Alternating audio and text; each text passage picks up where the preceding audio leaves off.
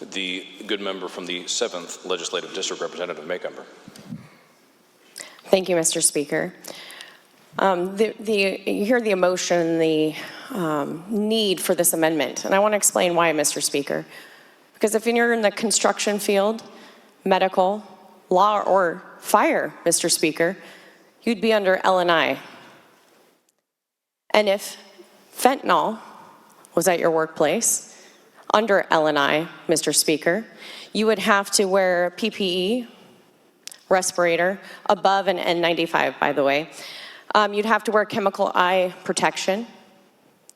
You would have to set policy and procedures under the L&I ruling if you had constant exposure other than a 1 exposure, if you're doing cleaning or something to that effect under the state law. Because, Mr. Speaker, if you are not a child, you are protected in the state of Washington. Now, if you go to OSHA, Mr. Speaker, quite a fan of these rulings here, you always have to wear gloves if you enter a building, a location. You cannot eat when fentanyl is present. If you're in the construction industry and fentanyl is present, you cannot eat, touch your eyes, or use the same clothing. We have set laws and rules, Mr. Speaker, for anyone in a room with fentanyl present, but not children. We, in the state of Washington, say you are protected if you have to work around fentanyl.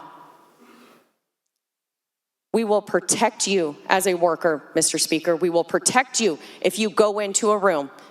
If you becomes airborne, Mr. Speaker, we will provide respiratory masks. You do not have to breathe it in. You will not eat around it. We will not allow you to get exposed to be ill or die. But not children, Mr. Speaker. We do not protect the children.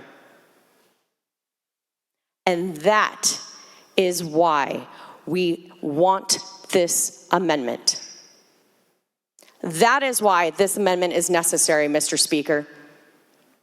Because if you're working around fentanyl, the state of Washington will do everything they can to protect you. But if you are a child, we will not do anything. I urge a yes vote.